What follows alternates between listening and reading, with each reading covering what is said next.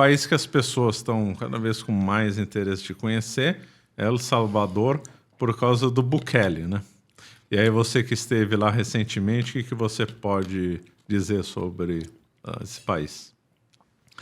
Nayib Bukele é um presidente eleito super novo, que está com amplo apoio popular. Segundo grande parte das pesquisas, entre 92% e 96% o apoiam. Eu estive lá durante 9 dias, mergulhei na realidade social do país. Em todos esses que a gente vai falar que eu tenho ido, eu tenho frequentado não apenas lugares de classe alta ou média, mas de todas elas. Então, tanto na Venezuela como em El Salvador, a gente mergulhou nos bairros ali, frequentando dentro da casa das pessoas, falando com eles, conhecendo a realidade mesmo da vida local. E eu não achei ninguém que não apoie o Bukele. E por que isso? Eu acho que o ser humano, ele aceita um processo de mudança quando você está realmente na beira do abismo. O que eu acho muito triste. Porque falta um processo educacional de perceber que nós estamos indo na linha do abismo. Exatamente. Por que não mudar o carro antes da direção? Porque tem que esperar o bico do carro tombar ali e ficar balançando antes com o risco de cair, né? Mas as pessoas não. As pessoas vão colocando, jogando, procrastinando ali e o problema vai se tornando muito maior. El Salvador foi um caso extremamente interessante de analisar. Ele foi, se não o maior, era um dos países com maior homicídios no número de 100 mil habitantes do mundo, até março de 2022. Repito, março de 2022. 1 ano e meio. 1 ano e meio atrás. Hoje, ele é o país mais seguro do mundo. Tem menos homicídios e menos assaltos do que a Noruega. Impressionante. Chega a ser inacreditável. Inacreditável. Só que é um país extremamente pobre. O que aconteceu? Existiam 2 bandas ali, 2 gangues, que eles chamam de pandilhas, né? Então, 2 gangues ali, que era a 13 e a 18. O 13 sempre tá presente em alguma coisa ruim, né? Duro, né? 13 e o 18. E se você era, digamos que, por exemplo, eu sou teu irmão, e você morava nesse bairro, só que entre o bairro da frente e o teu tem uma rua no meio, e digamos eu morava no bairro da 18 e você da 13, a gente estava anos sem se ver. Porque se eu cruzasse a rua e entrasse no teu bairro, mesmo que eu não pertencesse a outra gangue, mas simplesmente pelo fato de morar naquele outro país, eles me davam um tiro na testa e teu corpo ficava ali mesmo. Ou seja, lei do cão. Literalmente isso até março de 2022. O Bukele entrou, ele tinha sido prefeito de San Salvador, que é a capital, e de uma outra cidade menor ali em 2012. E ele, quando ele entrou, ele acordou, fez um acordo, pactou com as 2 guerrilhas e falou, olha, não dá pra viver assim. Eles estavam ali numa média de 12 homicídios por dia, tá? Não dá pra viver desse jeito. Chegou um final de semana, morreram 88 pessoas, uma média de 44 por dia. E ele falou, chega.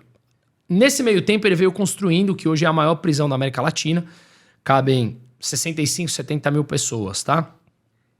Nesse dia que morreram essas pessoas, ou seja, as 2 gangues não acordaram, não romperam esse pacto que ele tinha, e ele levantou os direitos constitucionais, ele instalou um estado de sítio, que ele vem prorrogando há meses já, desde março de 2022 até hoje, que é mensal isso aí. Ou seja, ele pode prender como ele quiser, quem ele quiser, e ele mandou embora os juízes da Suprema Corte. Então, os direitos constitucionais estão suspensos, ele quebra sigilo bancário e sigilo telefônico, e ele colocou 65 mil pessoas na cadeia. Hoje, você não vê uma pessoa de gangue. As gangues lá eram aqueles que têm as caras tatuadas, com o número 13, o número 18, aquela coisa assustadora de ver as imagens. E eu fui nos bairros, tem um bairro que chama La Campanera, que inclusive tem um documentário no YouTube que está aberto, que chama La Vida Loca, A Vida Louca, que mostra um depoimento feito por um jornalista espanhol que esteve lá entrevistando os caras da gangue mesmo. Antes do Bukele. Antes do Bukele. Recebeu autorização para ir, obviamente. E quando ele terminou de filmar, esse cara apareceu morto. Né? O diretor apareceu morto. Sério? Sério. E não é um documentário, não é um filme. É um documentário entrevistando as pessoas e mostrando as vidas dos guerrilheiros. Chama La Vida Louca. É muito legal de ver. E eu estive nesse La Campanera, que é um bairro pequeno. Entrei na casa das pessoas ali. Eles me falaram, olha, cara, você já teria morrido há muito tempo. Assim, a hora que você entrou naquela rua, você já teria tomado um tiro. E eu fui frequentando a casa das pessoas. Então, o que eu quero dizer com isso? Ele levantou os direitos constitucionais, colocou 65 mil pessoas. Nos últimos 3 meses, ele soltou 5 mil. Porque, obviamente, numa leva de 65 mil pessoas, vai pessoas inocentes. E ele começou a soltar essas pessoas. A verdade é que hoje o país é um país pobre, mas não tem homicídio, não tem assalto. Não tem. Não é tem um pouco. Não tem. Você anda como se estivesse andando na Suíça. Acabou. Literalmente isso. Então, a questão é, esse cara pode em algum momento se tornar um ditador de direita porque ele deixou um vácuo no poder? Só o tempo vai dizer. Mas tem uma coisa que no Brasil e em outros países da América Latina não tem.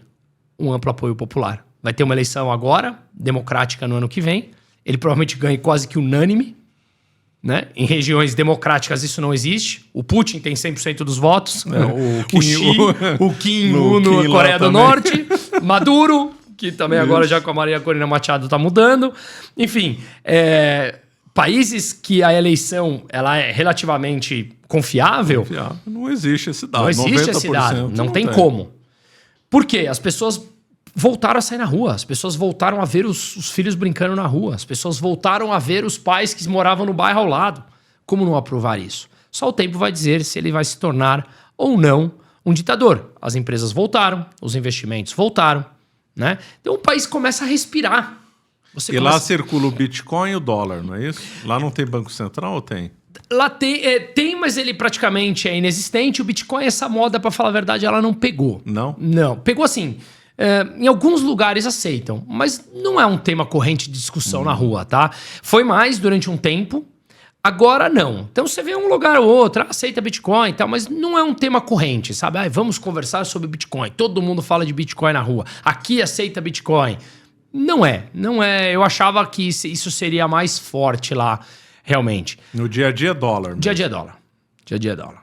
100% dólar. É uma moeda, é um dos países dolarizados da região, né? El Salvador, Panamá, Equador e, bom, por enquanto é isso. E os investimentos voltaram lá? Começaram a voltar, né?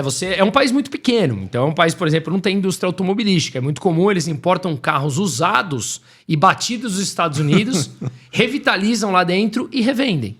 Né? O restante, carros novos, para quem tem mais poder aquisitivo, é tudo carro importado. Então, eles não têm uma base industrial. Não é um país que tem uma base industrial. E como é que é na economia? Tem muito imposto? Como é que é?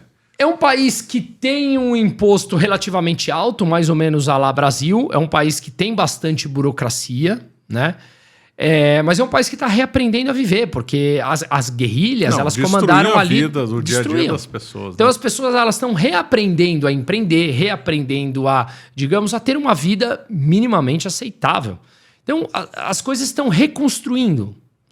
Você moraria lá ou não? Ou ainda falta para ser um lugar bom para morar?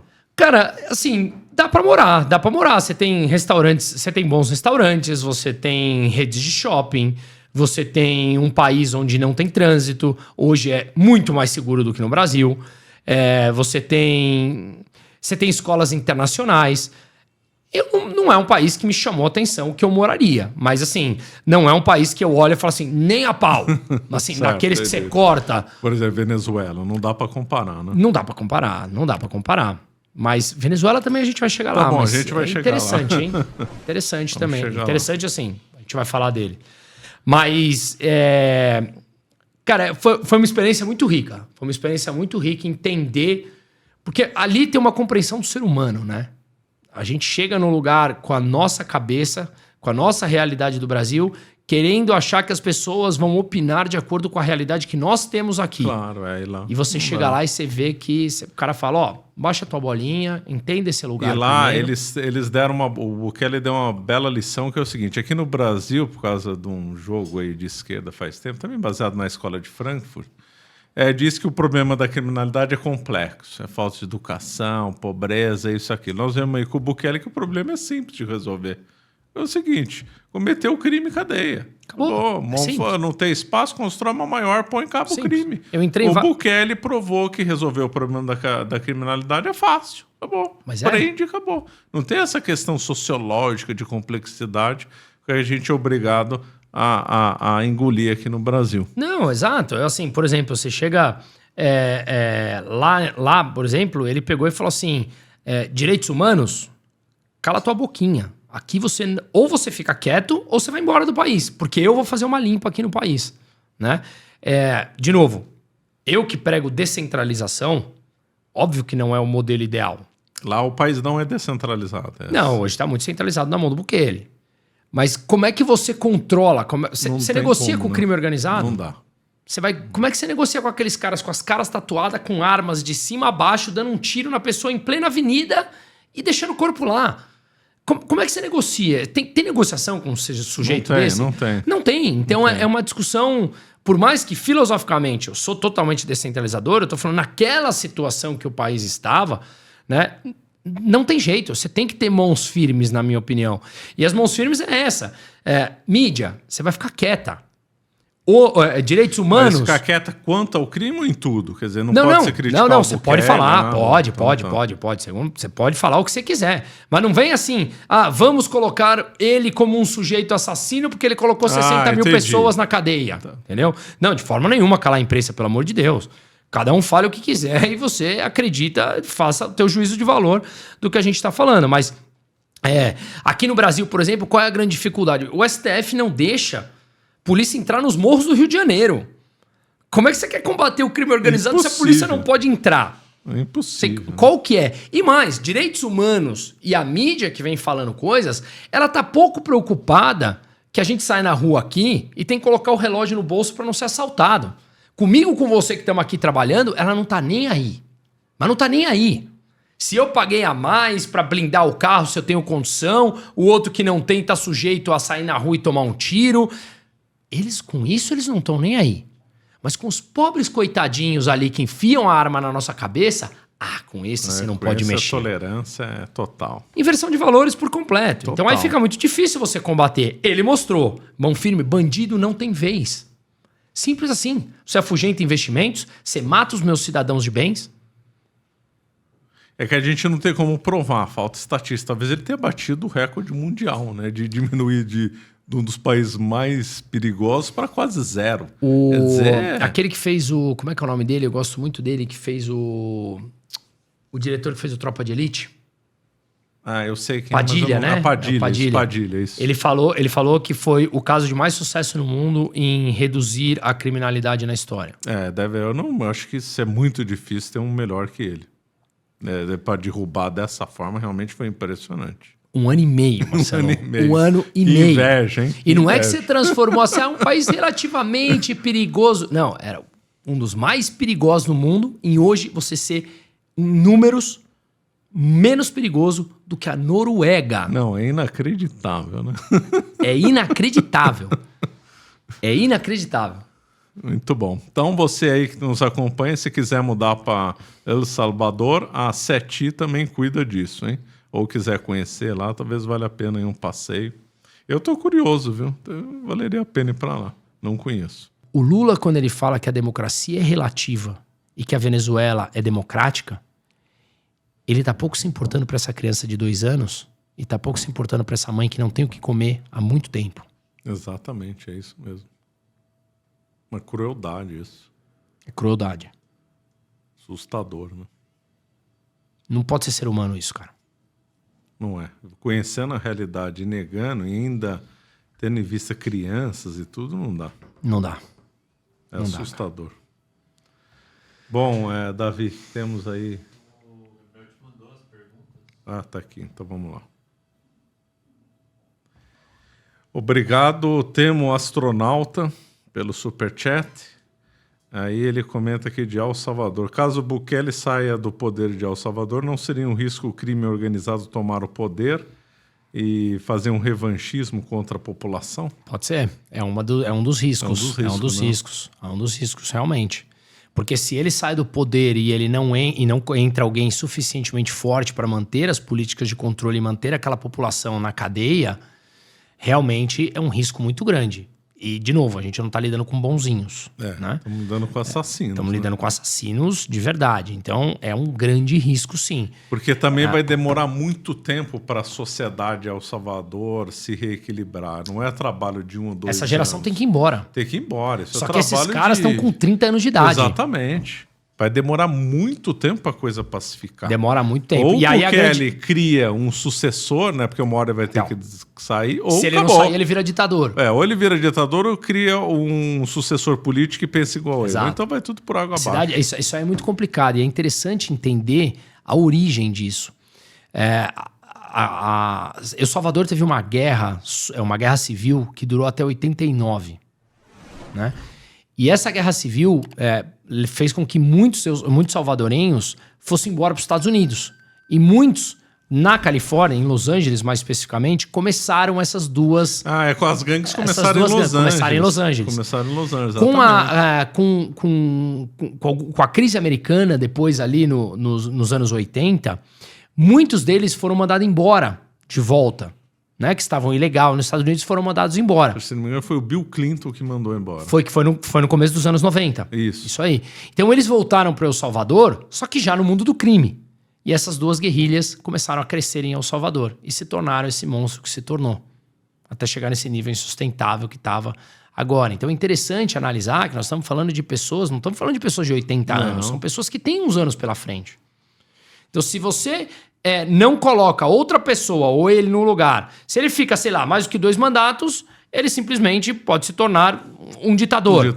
Mesmo que tenha um apoio da população. Se ele sai e entra digamos, em cima do muro, essa população carcerária sai de lá e, desculpa, não vão sair bonzinhos. Não vão. Então, é uma situação complicada. É mesmo. Boa pergunta, o Tema Astronauta. Você acaba de assistir um corte do Caravelas Podcast. Na tela está aparecendo o episódio completo e outro corte. Muito obrigado pela atenção.